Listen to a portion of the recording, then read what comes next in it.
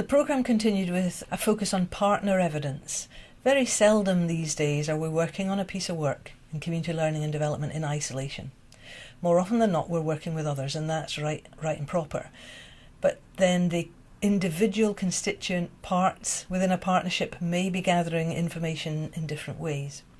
So the sharing of information is becoming more and more critical to how we report back on success in our work.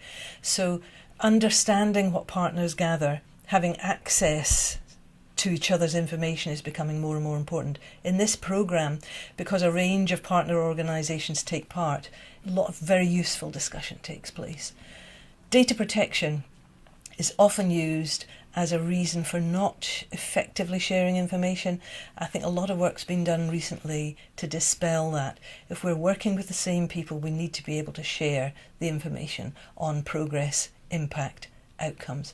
So for instance, if we're working with the police need to be able to work with us to show that the interventions are making a difference. Often the police, our colleagues in social work, in the third sector organisations, will be in possession of information that shows the work is having an impact.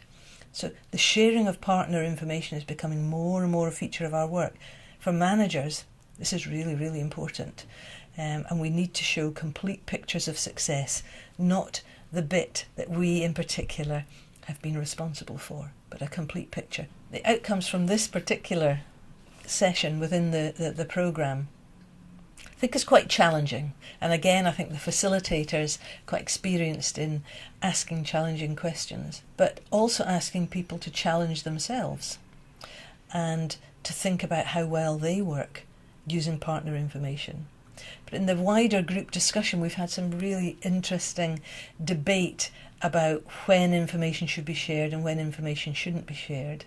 The important thing, I think, is for people to go away from this session being reminded that they're not the sole owners of information, that really it's about a wider picture, and sharing information is very, very important in this regard.